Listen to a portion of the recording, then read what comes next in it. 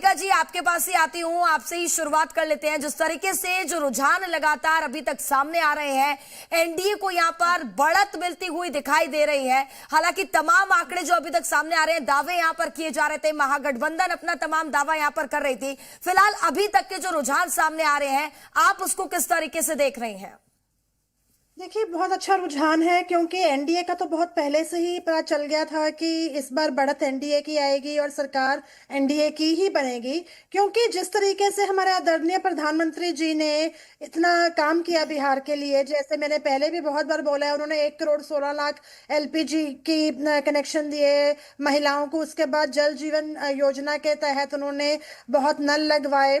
उसके बाद फिर लॉ एंड ऑर्डर की बात करें तो बहुत अच्छी उसमें मतलब काफी सुविधाएं मिली हैं इस बार बिहार के लोगों को। तो बिहार के लोग, अब ऐसा तो है नहीं कि उन्हें कुछ समझ नहीं आता, उन्हें पता ही है कि भी जो मोदी जी की गारंटी है वो जो बोलते हैं वो करके दिखाएंगे। मखाना बोर्ड दिखाया, बता। जैसे कि अगर हम देखें तेजस्वी यादव जी के जो बयान आ रहे थे पीछे कि वो जी। महिलाओं के अकाउंट में 2500 रुपए के करीब पर मंथ जमा कराएंगे, उससे ऐसा था कि आजकल जो हर बिहार का जो युवक है, जो नागरिक है, उसको पता चल गया है कि एक बार दो बार पैसे देने से कुछ बनेगा नहीं। जब तक प्रोग्रेस नहीं होगी, प्रगति नहीं होगी बिहार की, तो कोई भी बिहारी जो है वो ऊपर नहीं उठ पाएगा। कुछ लोग बिहार से जाते हैं, माइग्रेशन बहुत था, तो अब जब बिहार में ही इंडस्ट्रीज हैं, कॉलेजेस हैं, वो सब खुलवाए जा रहे हैं, तो इससे जो जितने भी बिहार के लोग हैं उनको समझ आ गया है जी, मोदी जी का जो आश्वासन था, जो आश्वासन है वो पूरा होगा, वो करके दिखाएंगे। सड़कें बन रही हैं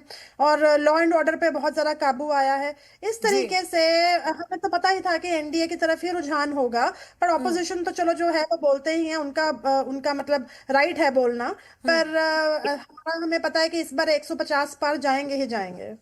चलिए, बिल्कुल एक बार इस बार आप 150 पार का यहाँ पर दावा कर रही हैं। विवेक जी भी हाँ जी। लगातार हमारे साथ बने हुए। विवेक जी, आपसे समझना चाहूंगी अभी तक के जो रुझान सामने आ रहे हैं, और साथ ही साथ महिला वोटर्स की अगर हम बात करें तो महिला वोटर्स की कितनी ज्यादा अहम भूमिका इन रुझानों में हम देख पा रहे हैं?